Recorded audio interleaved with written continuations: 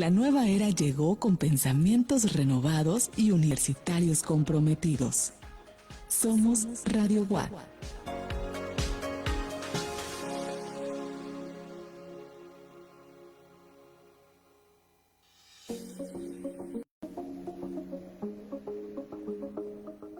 Bienvenidos a Charlas Universitarias, un espacio de diálogo, conocimiento y aprendizaje. Hoy nos acompañan especialistas en el área de la salud, quienes compartirán información valiosa para el bienestar de nuestra comunidad. Estás escuchando Charlas Universitarias. ¡Comenzamos!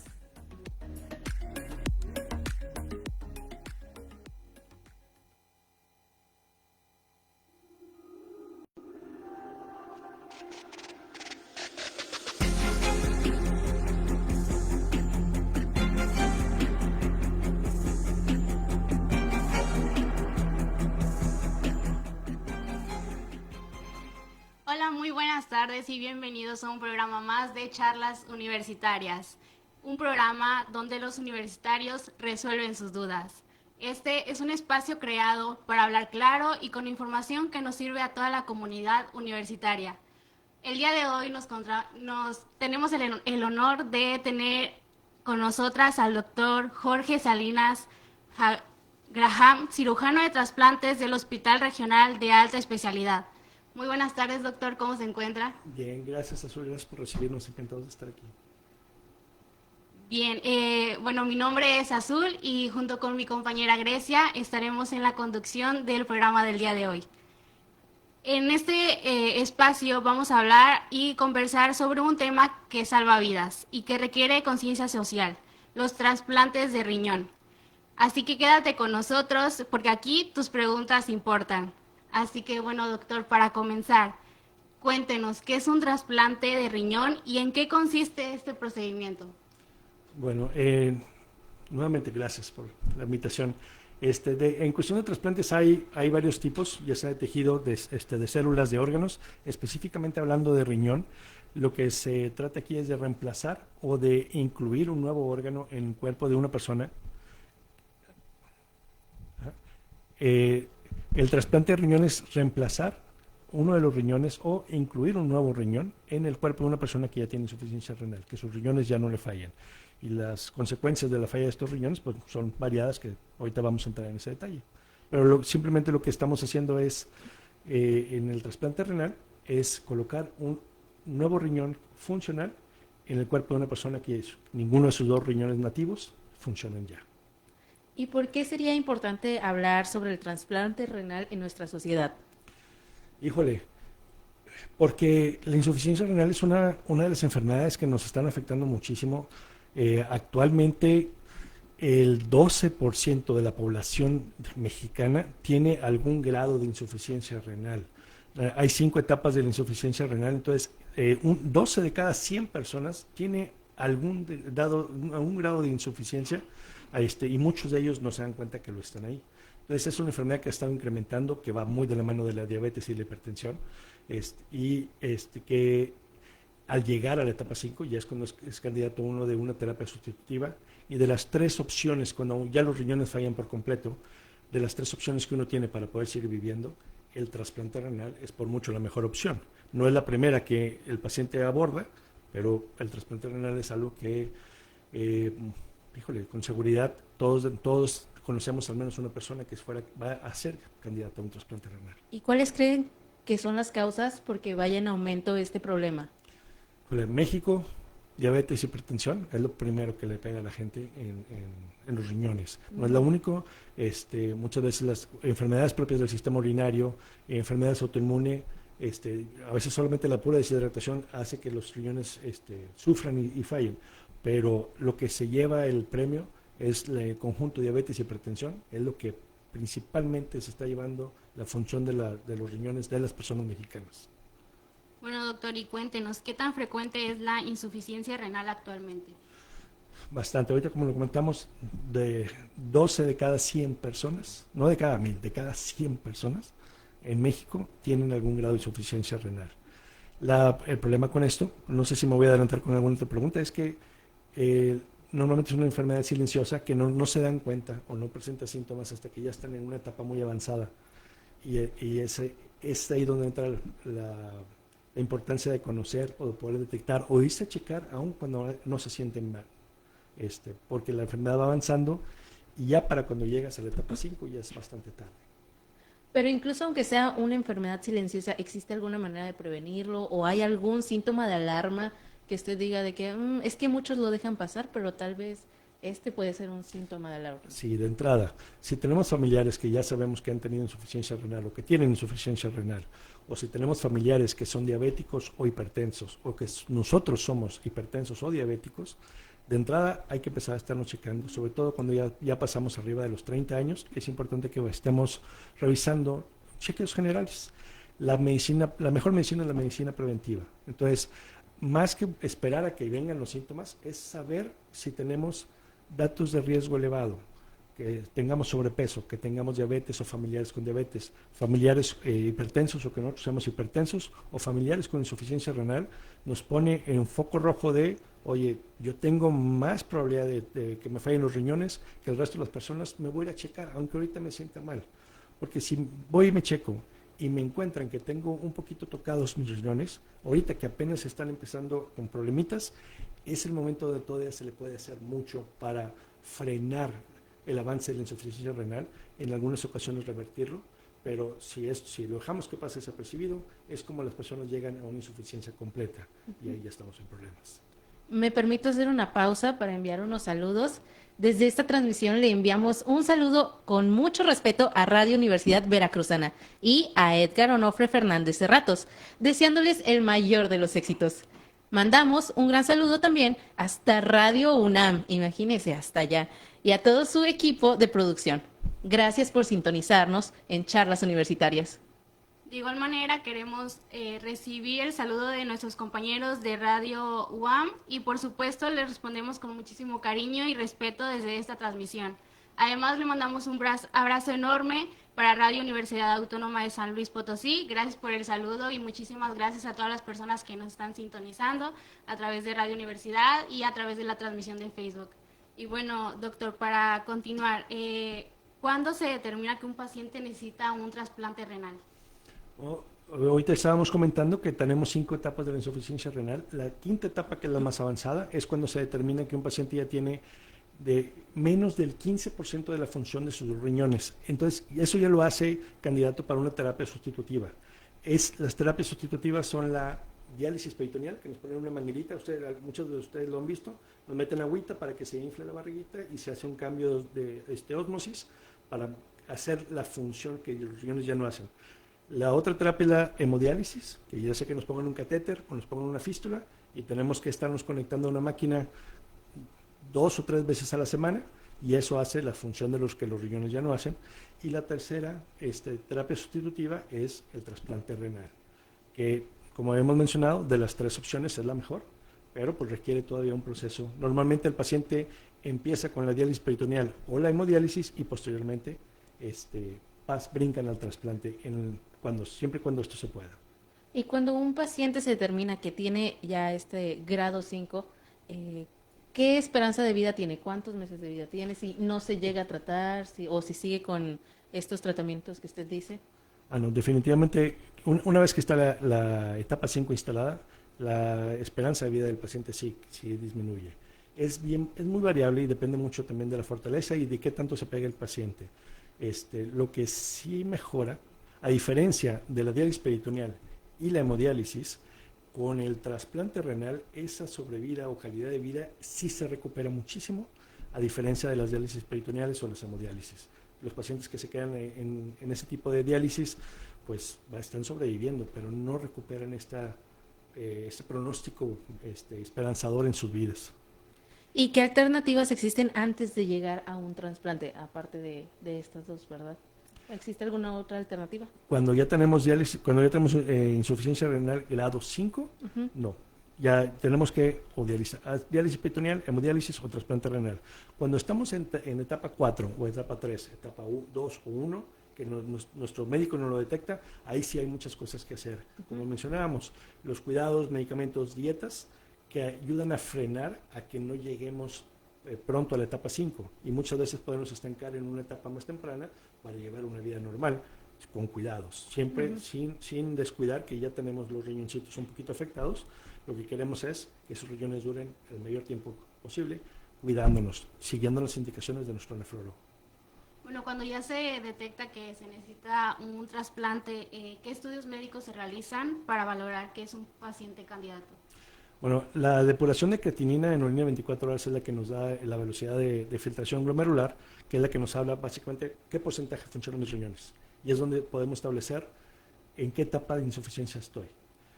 Para ser considerado para un trasplante, tenemos que estar en la etapa 5. Si estás en la etapa 4, lo que el nefrólogo va a intentar es no meterte un trasplante, sino tratar de salvar la función renal que todavía nos queda para tratar de prolongar la vida de nuestros riñones y que no lleguemos a la etapa 5 o que nos tardemos en llegar.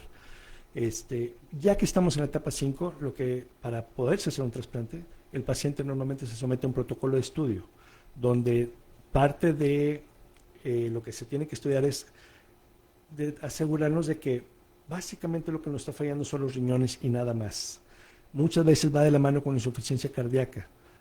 La hipertensión y la diabetes definitivamente andan por ahí, pero que no tengamos alguna otra afección, como por ejemplo un cáncer de páncreas. Si en un paciente que tiene insuficiencia renal quiere estudiarse para un trasplante renal, pero tiene un proceso que amenaza su vida como un cáncer, difícilmente es candidato porque todo el esfuerzo que se va a hacer y el hecho de que él reciba un regalo como un riñón es pensando de que va a vivir muchos años más gracias a ese riñón. Y si tenemos la sombra de la amenaza de un cáncer, pues lógicamente no se le ve mucho sentido que se invierta todo ese esfuerzo cuando aún no ha podido o tiene esa amenaza. Si en un momento él se tiene un cáncer y se logró y se ganó esa batalla, ya es otra cosa, ya tenemos otra esperanza de vida. Pero con un proceso maligno activo, esas son cosas que se quieren descartar antes de asegurar que puede recibir un trasplante. ¿Y cómo se determina la compatibilidad entre donador y receptor? ¿Nos puede comentar un poco? Sí, claro que sí. Se hacen básicamente 3 pruebas. Una se guían por el mismo grupo sanguíneo, la misma lógica de la compatibilidad de grupo sanguíneo. También se hacen pruebas, esto se hacen en laboratorios especializados, aquí en Ciudad Victoria tenemos uno. Se hace la otra prueba que es la HLA, que simplemente es comparar el código genético de una persona con la otra para ver qué tan similares son. Aquí es donde tiene que ver que no podemos recibir el riñón de un chimpancé, porque no son, pero sí de otro humano, de una persona desconocida, porque somos humanos todos, pero sí hay diferencias de un desconocido a que si es mi hermano. Voy a tener más similitud del ADN con mi hermano que con un desconocido. Sin embargo, gracias a los medicamentos, eso nos cierra la puerta que podamos trasplantarnos o recibir un órgano o un tejido de un completo desconocido. Pero sí ayuda mucho que sea parentesco, porque tenemos más compatibilidad. Y la otra es la prueba cruzada. Es simplemente la integración se presentan los 2 sueros sanguíneos para ver si el suero del receptor ya tiene anticuerpos preformados contra las células del donante. Y eso nos ayuda mucho a determinar si va a haber la posibilidad de un rechazo de ese órgano o de ese tejido. ¿Y existe tengo entendido que existe algún tipo de medicación para evitar precisamente esos rechazos? ¿Nos puede comentar un poco? Eso ha ido avanzando bastante. La técnica quirúrgica del trasplante de riñón, específicamente hablando de eso, existe desde 1954, que fue el primer, y la técnica quirúrgica prácticamente no ha variado. Son los mismos pasos que siempre se hacen en quirófano. Lo que ha ido mejorando mucho son los medicamentos inmunosupresores que nos ayudan a evitar el rechazo, que engañar al cuerpo de que no se dé cuenta que ese riñón es de otra persona para que no lo ataquen. Claro. Eso tiene sus consecuencias, pero como estos medicamentos cada vez son mejores, cada vez hay más éxitos en los trasplantes y hay menos rechazos. No están abolidos por completo, el riesgo siempre está ahí, pero cada vez los números son más esperanzadores. Ok, de igual manera quiero recordarles que el programa Charlas Universitarias se transmite todos los jueves a la 1 de la tarde y pues a través de la transmisión en Facebook, en la página de Radio WAP, ahí pueden hacer todas las preguntas, dudas, inquietudes que tengan acerca del tema y nosotras con todo gusto se las haremos saber al doctor. Y bueno, doctor, cuéntenos cuáles son las principales técnicas quirúrgicas que se utilizan para el trasplante renal. Ok. Curiosamente, el trasplante de riñón es a diferencia del trasplante del corazón o del pulmón o del hígado, no quitamos los riñones nativos para poner un nuevo riñón. En el caso del corazón, se tiene que extraer primero el corazón y poner uno nuevo en ese mismo lugar. En el hígado igual, en los pulmones igual, pero en el riñón colocamos, en el trasplante de riñón, no tocamos los riñoncitos enfermos. Y muchas veces cuando cae la insuficiencia renal, esos riñoncitos se hacen chiquitos. Estos están en el retroperitoneo, pegados a la columna, en la parte de atrás, medio escondidos y difícil de llegar a ellos. Normalmente se opta por poner el riñón, un tercer riñón, en la fosa ilíaca derecha, habitualmente, o en la izquierda, donde están de manera más superficial. Entonces, después de un trasplante, se puede decir que una persona sale caminando con 2 riñones. Incluso después, los riñones tienen una vida media, duran en promedio unos 12, 15 años, a veces más, cuidándolos bien, pero un paciente que cuida bien su riñón puede ser candidato a un segundo riñón. Y hemos tenido pacientes que los trasplantamos por segunda vez y salen del hospital caminando con 4 riñones. Entonces, se escucha raro, pero es la verdad, no siempre se quitan los riñones, es solamente en momentos muy específicos. Entonces, la técnica quirúrgica del riñón tiene esa particularidad, no quitamos los enfermos, ponemos uno nuevo y después podemos poner otro nuevo. Y quitar el trasplantado anterior solamente si es necesario. Y desde su experiencia, ¿qué representa para un cirujano participar en un procedimiento de este nivel? Híjole, yo creo que no solamente para los cirujanos, para todo el equipo es algo muy motivante por lo que hay de trasfondo, de dónde viene. Es el equipo del programa de trasplantes funcionamos más como mensajeros. Hacemos llegar, el trabajo es hacer llegar un regalo de una persona hacia la otra, pero en verdad el que lleva el mérito es quien lo está donando, ya sea que sea en el momento de su fallecimiento o un riñón que están donando en vida. Sin esas personas y los donadores no se hace nada. Entonces, cuando nos enteramos de que hubo un accidente y falleció una persona y la familia está sufriendo y les acaban de decir que perdió la vida a su ser querido y que aún así tuvieron la bondad de donar los órganos, es difícil no conmoverse. Entonces, eso definitivamente motiva mucho al equipo y uno se siente muy afortunado de estar involucrado en ese proceso de en verdad, un acto verdaderamente humano, donde la generosidad y la bondad es lo que reina ahí. Entonces, es muy padre ser parte de esa cadena de esfuerzos, y sobre todo al pensar lo que hay detrás. Y muchas veces, casi siempre nos quedamos con el deseo de salir y agradecerle a la familia de la persona que falleció. Se recomienda que el equipo quirúrgico no tenga contacto con ellos, sino que sea solamente el coordinador, pero el deseo de agradecerles, porque sabemos lo que conlleva, siempre lo tenemos, siempre nos quedamos con ganas de mandarles un gracias por lo que están haciendo, porque finalmente nos están ayudando a todo el hospital a sacar un paciente de la hemodiálisis y mejorar su calidad de vida. Y cuando uno ve al mes de trasplantado los cambios del paciente que recibió un riñón, híjole, ¿verdad que dice? Qué maravilla lo que hizo esa persona. Pues, es muy, muy motivante estar metido en ese proceso. Y yo creo que es un reto, pues, el poder guardarse el agradecimiento que no le puede dar porque no puede, pero cuéntenos qué retos médicos implica realizar un trasplante de riñón. Híjole, sí. Ahorita al mencionar que somos como mensajeros es simplificarlo bastante. Sí hay muchos retos. Muchas veces es tan simple como insumos, los insumos médicos, los medicamentos, pero el reto que podemos trabajar todos es la cultura de la donación, conseguir la donación, específicamente no sé si me puedes extender aquí un poquito, la diferencia cuando hay un fallecimiento y que está la posibilidad de que donen, que la familia conozca o no la voluntad de la persona que falleció. Hace un mundo de diferencia. Por ejemplo, en México está lleno de gente bondadosa. El mexicano es muy bueno, es muy generoso. Pero al momento de presentarse ante la posibilidad de donar los órganos de alguien que acaba de fallecer de mi familia y no conocer su voluntad, muchas veces nos dicen, sí nos gustaría, pero como nunca lo platicamos y no sé lo que mi hermano que acaba de fallecer hubiera querido, pues mejor no. Entonces, en ese no se va mucho la posibilidad la esperanza de mucha gente. y vemos la gran diferencia cuando, oigan, tocan el tema de donación. Yo recuerdo que hace 10 años, mi hermano que acaba de fallecer, él dijo que quería ser donador. Eso cambia mucho la actitud, la velocidad de respuesta de la familia, y el sentimiento con el que se quedan. No solamente se da la donación y se salvan vidas, la familia que pierde un ser querido se queda con un consuelo que de otra manera no recibirían, de haber cumplido el último deseo de su ser querido, de salvar vidas, pero logramos su último deseo, hicimos lo que él quería, respetamos su decisión y se van no necesariamente felices, pero definitivamente no se van tan tristes como si no hubiera habido nada de proceso de donación, porque la muerte es perder, perder para todos, pero cuando hay donación se puede rescatar un poquito de esa muerte.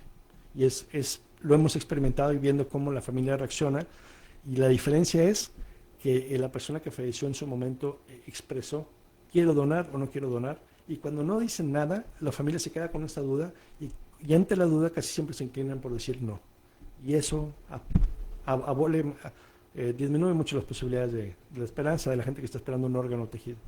Claro, y también las personas tienen la creencia de que una persona fallecida solamente dona riñón, corazón, o cosas muy sencillas, pero hay en realidad muchos otros órganos que se pueden donar. ¿Nos puede hablar un poco de la lista Claro que sí. para que las personas que nos están escuchando puedan saber si ellos deciden ser donadores de órganos, a cuánta gente podrían beneficiar?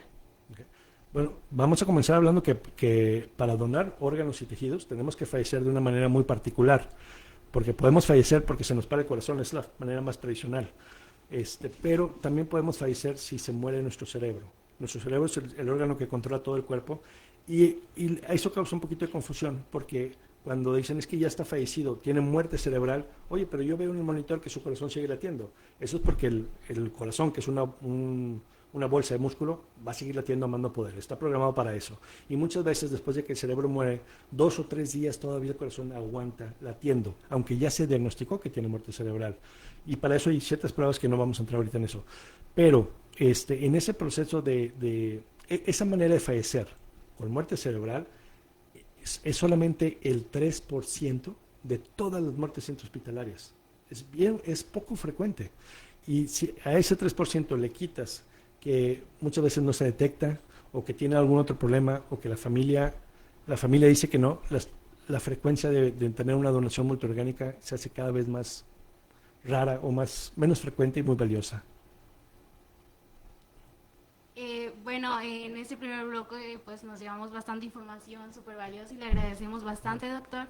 Y bueno, haremos una breve pausa, pero antes recapitulemos lo que hablamos en este primer bloque de charlas universitarias. En esta primer parte pues estuvimos conversando y con el honor de tener aquí al doctor Jorge Salinas Graham, cirujano de trasplantes del Hospital Regional de Alta Especialidad, quien nos ayudó a comprender qué es un trasplante renal. Además nos ayudó a entender el cómo se determina la necesidad de este procedimiento y la importancia de fomentar la cultura de donación de órganos. Así que no se despeguen, porque regresando de la pausa vamos a continuar con muchísima más información.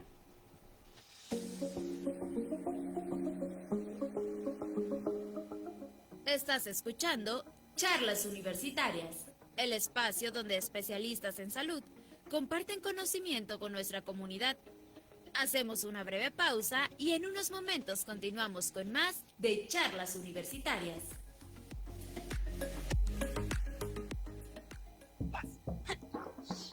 Estás en sintonía de la radio de la Universidad Autónoma de Tamaulipas.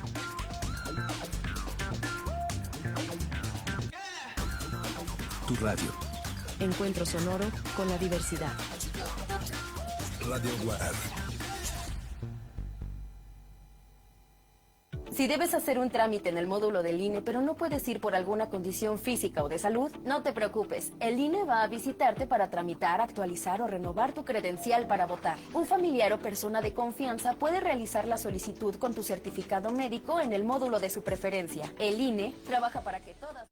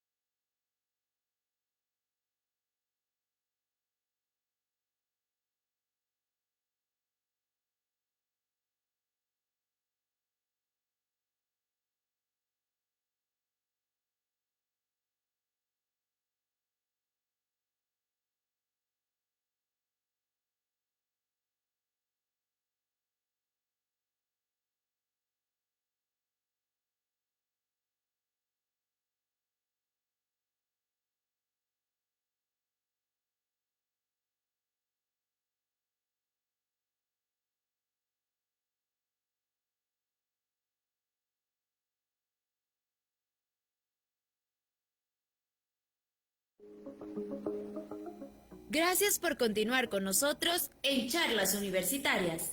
Seguimos con esta interesante conversación con nuestros invitados especialistas en el área de la salud, compartiendo información para el bienestar de todos. Continuamos.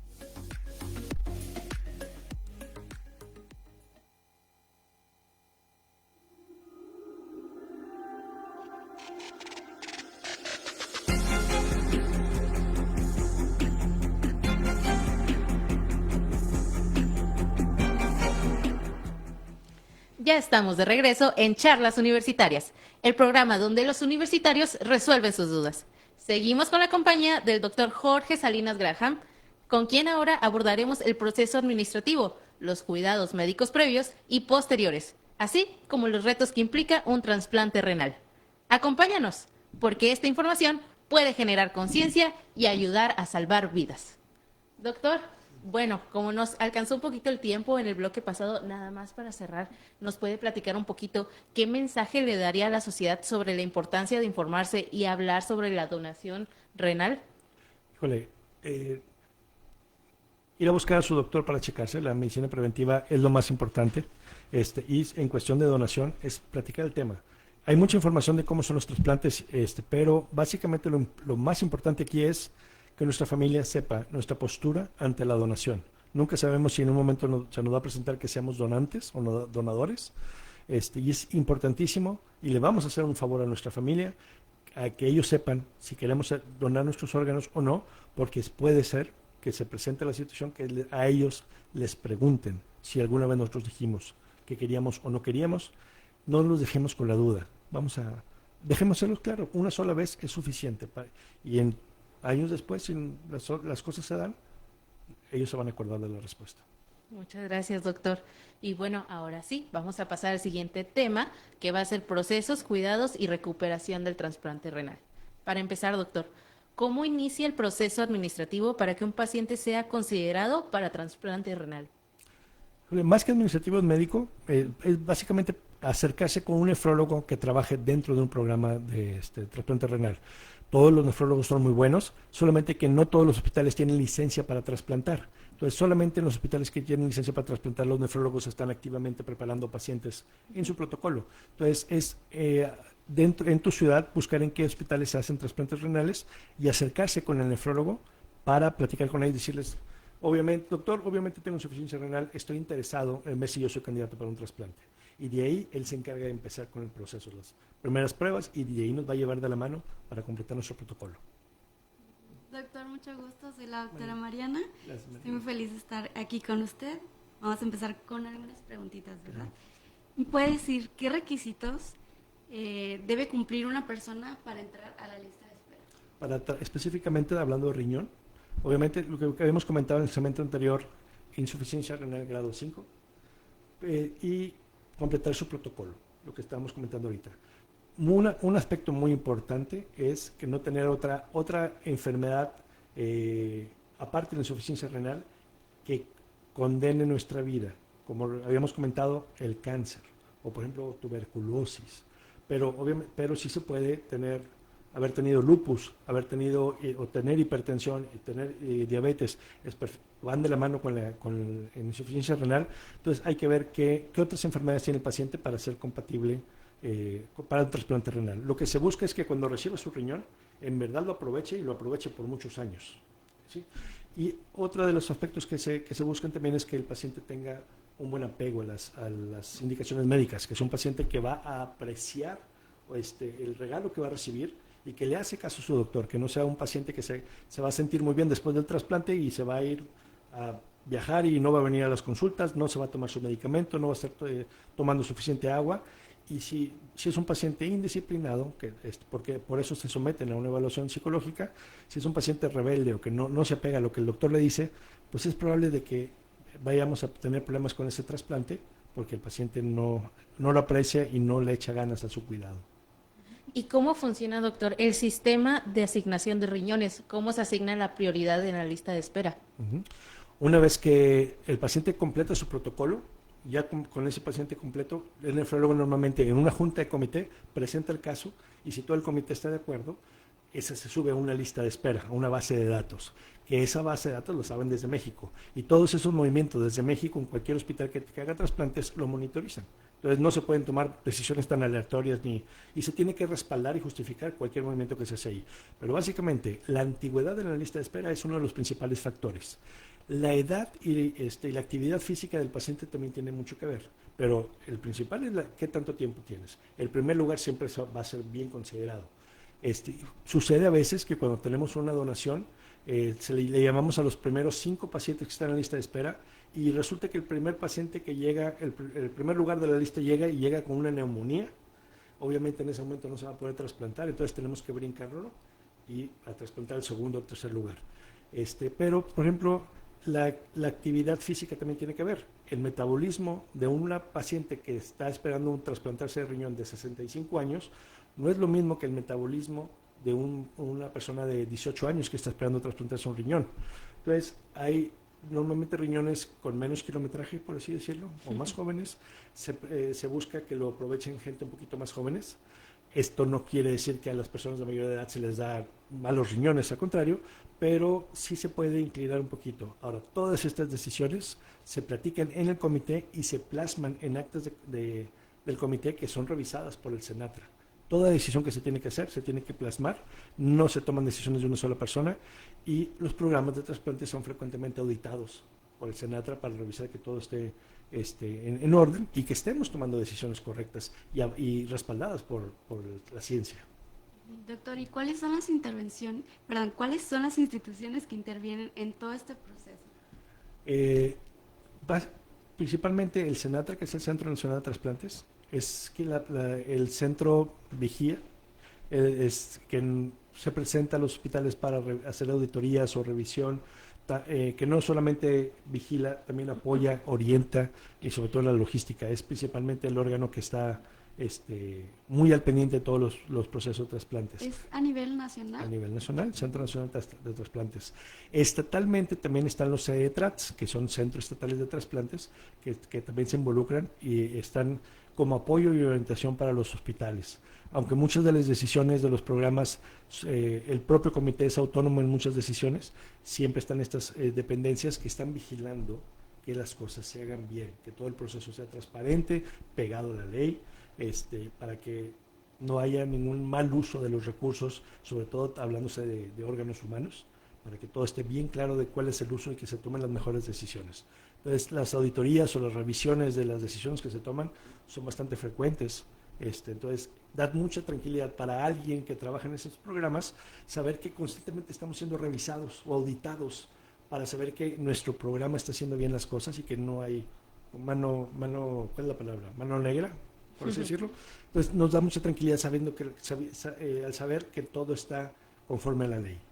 Y de esa manera uno entra a trabajar a hacer su parte, tranquilo, con la conciencia tranquila de que todo va bien. Doctor, y desde la transmisión de Facebook, Jesús Enrique Sierra pregunta, ¿qué avances médicos han mejorado los trasplantes renales en los últimos años? Ahorita hay un tema muy interesante que se está comentando de estar con granjas de cerdos, que genéticamente los cerdos se parecen mucho a los humanos. Están, ¿cómo se dice? Generando, creciendo cerdos genéticamente manipulados para acercarse más a los humanos, y están haciendo experimentos para ver si en un futuro, en vez de tener que estar esperando solamente las donaciones de humanos, en un momento sí se puedan tener trasplantes de un cerdo en humanos.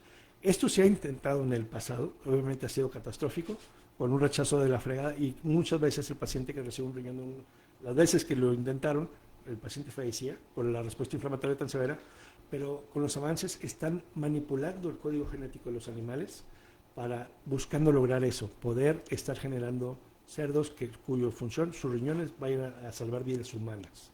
Eso es, hasta mi conocimiento, lo más ultra que hay ahorita. Aún no está al 100% logrado, están en fases, pero están avanzando. Y es algo muy esperanzador. Es muy interesante, la verdad. Definitivamente va a disminuir mucho el tiempo de las listas de espera. Bueno, doctor. Y bueno, sigamos con las preguntas. ¿Qué tan largo puede ser el tiempo de espera para recibir un riñón? Pues sí, sí pueden ser incluso años. Y ahí depende mucho, obviamente, del trabajo estatal, de lo que se maneja en el estado de tener a los hospitales donantes activos para estar detectando potenciales pacientes donadores. Al decir potencial paciente donador me refiero a un paciente que tiene muerte cerebral. Ya que se diagnosticó la muerte cerebral, se le considera potencial donante porque no le hemos preguntado a su familia, pero sí pudiera ser alguien que donara sus órganos. Entonces, cuando se detectan, hay un doctor que hacen genial su trabajo, que son los coordinadores de donación, que ellos tienen mucho tacto al llegar y abordar a la familia para platicar sobre esa posibilidad, que si alguna vez han considerado donar los órganos. Esto no lo hacen antes de que la familia tenga muy claro de que su familiar ya falleció por muerte cerebral. No se le piden los órganos a nadie que todavía piense que su ser querido está vivo, ¿sí? Y no se le quitan los órganos a nadie que está vivo. Está muy claro cómo tenemos que demostrar que el paciente con muerte cerebral tiene verdaderamente muerte cerebral. Ahora, la muerte cerebral equivale ética, legal y biológicamente a la muerte de la persona.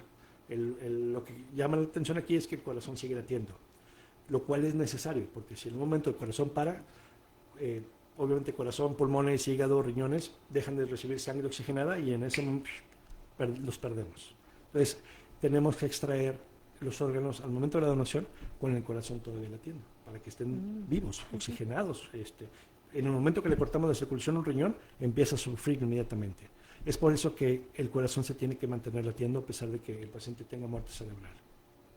Doctor, ¿nos puede decir qué cuidados previos debe tener un paciente antes de un trasplante renal? Híjole. Son bastante. En general, lo que les decimos es, ya que tienes insuficiencia renal y que estás en hemodiálisis o en diálisis peritoneal, tienes que cuidarte de no dejar caer que baje tu hemoglobina, que no estés hinchado de líquido, que estés bien apegado a las condiciones a las indicaciones de tu médico, y obviamente que el día que se te llame para un trasplante, no llegues con una infección activa. En el momento que te vamos a trasplantar, te vamos a bajar tus defensas para que no rechaces ese órgano, y si te metemos a quirófano con una infección activa y te bajamos las defensas, esa infección va a correr rapidísimo y nos va a crear problemas serios.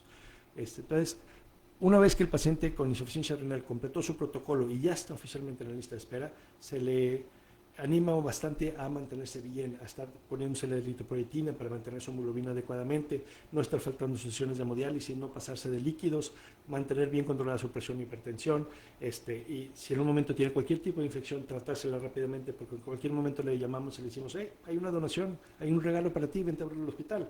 Y si llegas con una infección, pues te vamos a brincar, ¿verdad? Principalmente para protegerlo. Y no tomar alcohol. No tomar alcohol, definitivamente. Eso es una recomendación general. Pero, entonces hay que estar atentos al llamado y mantenerse sanos. Definitivamente. Un paciente que ya se le dice que está en lista de espera, siempre está con esa esperanza que te suena el teléfono. Y casi siempre es en fin de semana en la noche. Pero bueno. Qué desafortunado. Bueno, y ya hablamos de los cuidados previos, pero ahora sobre la preparación física, bueno, también de esa ya hablamos, pero de la preparación emocional, ¿qué se requiere en este procedimiento? O sea, ¿estos pacientes necesitan llevar algún tipo de acompañamiento psicológico o algo así? Sí, definitivamente. Y el rol del psicólogo en el programa de trasplantes es importantísimo. Y tenemos excelentes psicólogos y pues les mando un saludote, estamos bien agradecidos con ellos. Ellos y la familia.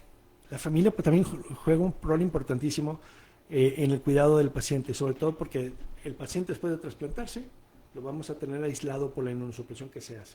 Entonces, es un paciente que tiene que saber que el trasplante renal no es la cura de la enfermedad, es un tratamiento, que si ya teniendo su trasplante renal él no se cuida, ese tratamiento puede fallar y puede perder su riñón. La familia es súper importante que lo apoyen, lo protejan, lo acompañen a las citas, sobre todo porque los primeros 6 meses el paciente no va a estar saliendo mucho de su casa y depende de otras personas. Sin mencionar por el estrés, el estar 6 meses en tu casa sin salir mucho a cualquiera lo vuelve loco. Entonces, es un proceso que tienes que trabajar y prepararte para eso, pero entender que es un proceso de una inversión de tiempo, porque después de esos 6 meses vas a regresar a tener una vida mucho más normal que la que tenías antes con la hemodiálisis. Los pacientes ya trasplantados vuelven a viajar, a hacer ejercicio, a tomar líquido, todo el líquido que quieran. La dieta o los alimentos que vuelven a comer se abre otra vez muchísimo, vuelven a comer carne, la carnita asada. Entonces, su vida mejora muchísimo y solamente lo que tienen que hacer es tomar mucho líquido y tomarse las pastillas que le indican y no perderse las consultas del nefrólogo. Y claro que la familia también es importante porque hay familias que no toman este riesgo como debería de ser y de que ándale, tómate esta coquita, no te va a pasar nada. No. Normalmente apoyan mucho a las familias porque cuando un paciente tiene insuficiencia renal y tiene que hacerse diálisis peritoneal o hemodiálisis, la familia también sufre con él porque lo acompañan y tienen que dedicar su tiempo y esfuerzo a llevarlos a las sesiones de hemodiálisis o los cuidados de los catéteres. Entonces, no solamente afecta al paciente, la familia, el núcleo familiar se ve afectado por la insuficiencia renal. Y al momento que ya se trasplanta y ven los cambios, es una fiesta y todo el mundo coopera en cuidar ese regalo que recibe. Doctor, ¿y cómo se lleva a cabo la cirugía de trasplante renal? Lo que es la cuestión de la técnica, bueno, habíamos comentado hace poquito que para poner un trasplante de riñón normalmente no quitamos los riñones nativos. Los que están enfermitos, que normalmente se hacen chiquitos, no nos metemos allá, que repito, están pegados a la columna en la parte posterior. Bueno, el doctor Mariana usted lo sabe, pero los colocamos en la fosa ilíaca, idealmente la derecha, se acomoda un poquito mejor y están de manera más superficial. Anastomosamos la arteria y la vena renal cuando tienen una, a veces tienen 2 o 3 arterias. Esos vasos, los vasos renales los anastomosamos a los vasos ilíacos. Están más superficiales, es más fácil, queda más cómodo para el cirujano poderlo anastomosar ahí. Y el uretero obviamente lo anastomosamos a la vejiga, ¿verdad? Que es básicamente ese es conectar los conductos. Pero ayuda mucho que quede de manera superficial, porque sí, quirúrgicamente es más fácil, pero al quedar más superficial o más cerquita de la piel, ayuda mucho el seguimiento del cuidado del riñón, los ultrasonidos, está a flor de piel, ahí luego, y las biopsias de riñón que sean necesarias, también es mucho más fácil tomar una biopsia a un riñón que está bajito de la piel que uno que está escondido. Entonces, ahora, eso es normalmente en adultos. Cuando un niño pequeño, hay una variante donde podemos conectar un riñón de adulto que no se pone en la fosa ilíaca, sino se pone dentro del abdomen de un niño menor y lo conectamos directamente a la aorta y a la cava por los tamaños de los vasos y porque la fosa ilíaca no cabría, pero lo metemos dentro de los intestinos. Es menos frecuente que se haga eso, pero eso es una variación de la técnica. Okay, ¿y la cirugía siempre va a ser de manera programada, nunca sería de urgencia? No, sí, por supuesto. Normalmente las programadas son cuando hacemos un trasplante de donador vivo. Eso quiere decir que el que va a recibir un trasplante tiene a un hermano o familiar o un amigo que le quiera donar uno de sus riñones. En esos casos entramos a 2 quirófanos al mismo tiempo, 2 equipos quirúrgicos completos y en uno están quitando el riñón y en otro estamos haciendo la incisión donde lo vamos a colocar. Y entonces se quita el riñón rápidamente, lo ponemos en hielo, lo pasamos de un quirófano a otro y lo colocamos luego, con la intención de que el riñón esté poquito tiempo en hielo. Entre menos tiempo esté en hielo el riñón, más rápido despierta. Pero esos son trasplantes que podemos ponerle día y fecha, programados completamente electivos porque lo lleva una persona que lo está utilizando. Cuando es un trasplante de urgencia es cuando es una donación multiorgánica. Cuando alguien fallece y dona sus órganos, ahí sí el equipo de trasplantes suspende todo lo que está haciendo en su vida personal y se pone en función de esa donación para ir a procurar los riñones y a veces esas donaciones se dan en otra ciudad o en otro estado y regresamos al hospital con 2 riñones donde ya están esperando los pacientes que les llamamos y entramos a la hora que sea. Entre más rápido o entre menos tiempo tengamos ese riñón en una hielera con hielo, más rápido empieza a funcionar. A veces cuando están muchas horas en hielo, el riñón empieza a funcionar como hasta 24, 48, a veces más tiempo. Se tarda 2 o 3 días en despertar porque estuvo mucho tiempo en hielo y todos nos estamos comiendo las uñas esperando que arranque. Entonces es muy bueno ver que desde que inmediatamente que se coloca el riñón empieza a producir orina, eso es algo muy bonito de ver, pero no siempre es posible. Depende mucho del tiempo de isquemia, el tiempo donde el riñón está en una hielera. Por eso normalmente las ambulancias más rápido o en el corazón puede estar mucho menos tiempo que en la hielera. Por eso hacen esto de que vemos en que un helicóptero en México que aterrizan no están haciendo la emoción, verdaderamente se necesita esa velocidad. Entonces es importante, los corazones duran menos tiempo, luego los hígados, los riñones tienen un poquito más de complacencia en ese sentido de tiempo de isquemia. Entonces sí son cirugías de urgencia. Doctor, y ya hablamos de los cuidados preoperatorios y de lo que se hace durante la cirugía. Ahora hablemos de cuáles son los cuidados inmediatos después de la cirugía. Ok, el aislamiento es importante. En el momento que ya se trasplanta el paciente, sale del quirófano ya con un nuevo riñón inmunosuprimido. Le bajamos las defensas. Uno puede fácilmente subestimar lo que nuestro sistema inmune hace por nosotros porque no nos damos cuenta hasta que vemos cómo en verdad le va a un paciente inmunosuprimido.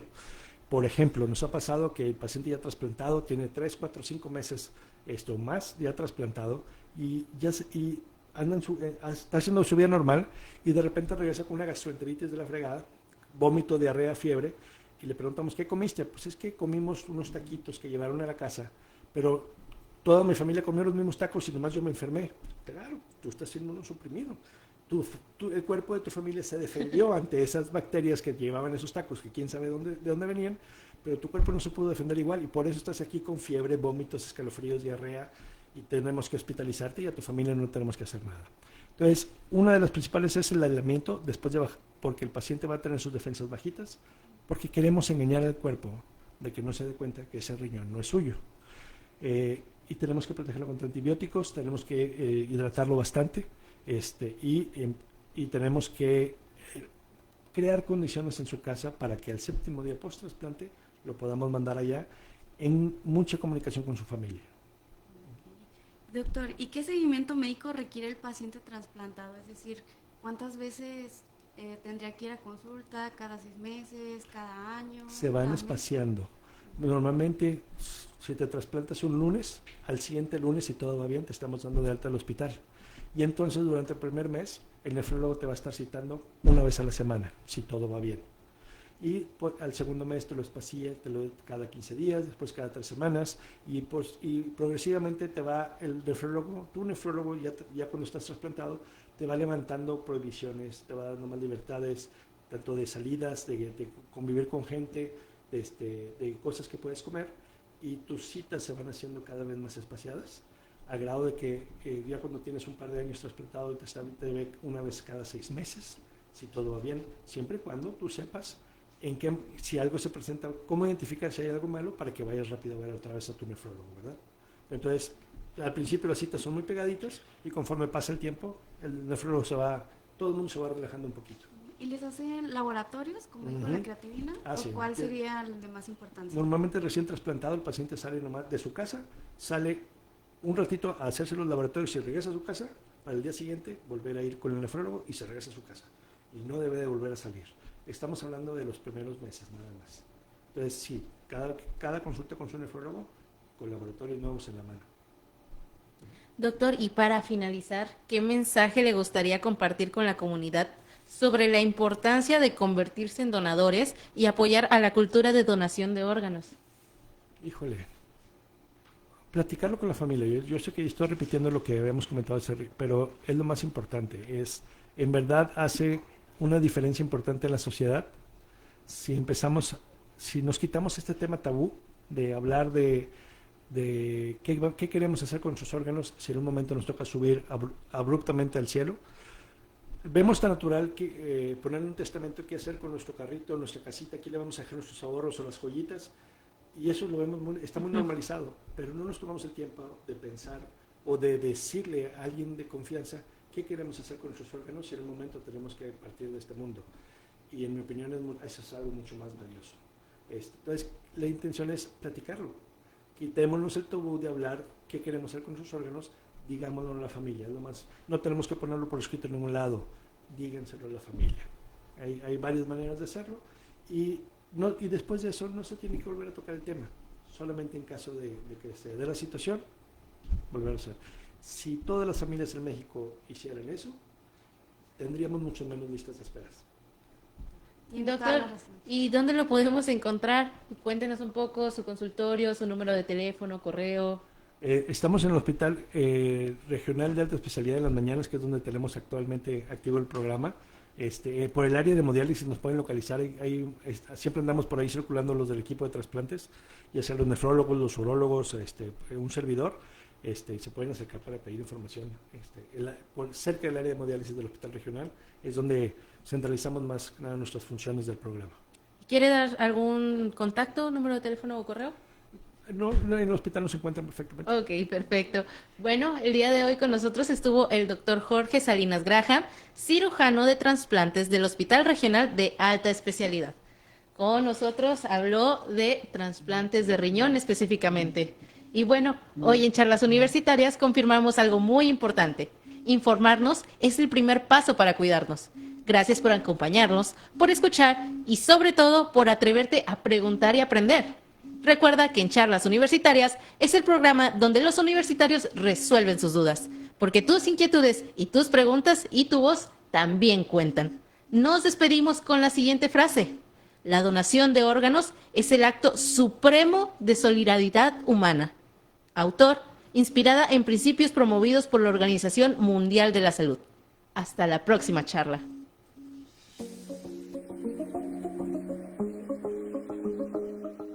Hemos llegado al final de Charlas Universitarias.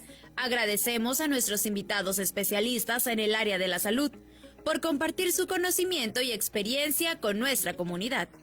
Charlas Universitarias es una producción exclusiva de Radio Universidad. Hasta la próxima charla.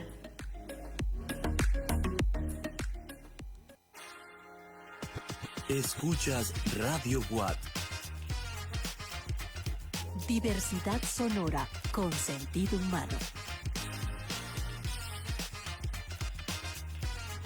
Radio Watt. Música que inspira. Encuentro sonoro